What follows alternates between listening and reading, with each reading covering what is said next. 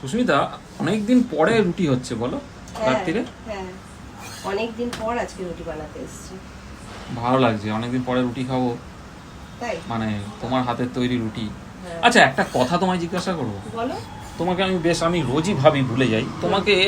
এখন ইদানিং দেখছি, মানে বেশ কয়েকদিন যাবত তুমি এই তাওয়াতেই একবারে রুটিটাকে মানে সেকে নাও, মানে আলাদা করে সেই ওই একটা ঝিকের মধ্যে না কিসের মধ্যে একটা তারের একটা যেটা সেকতে না, হ্যাঁ, সেটা এখন করো না। এর কারণটা কি? আরে আমাকে অনেক বন্ধু বলেছে গ্যাসে রুটি ওই ছাঁকনিতে ছেঁকে খাওয়া ভালো না। তারপর থেকে আমি আর রুটি মানে সেকি না, এই চাটুতেই একবারে করি।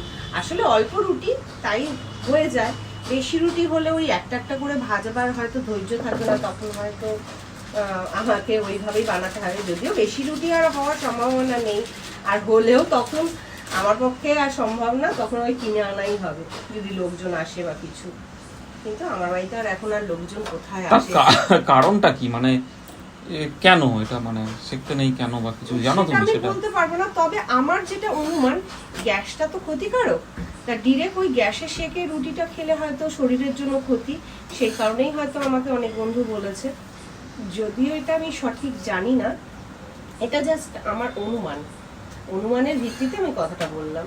তা বলেছে নিশ্চয়ই কোনো ভালোর জন্যই আমাকে বলেছে, তার জন্যই করি না, বুঝেছো? আচ্ছা, বুঝলাম। কিছুই বোঝনি।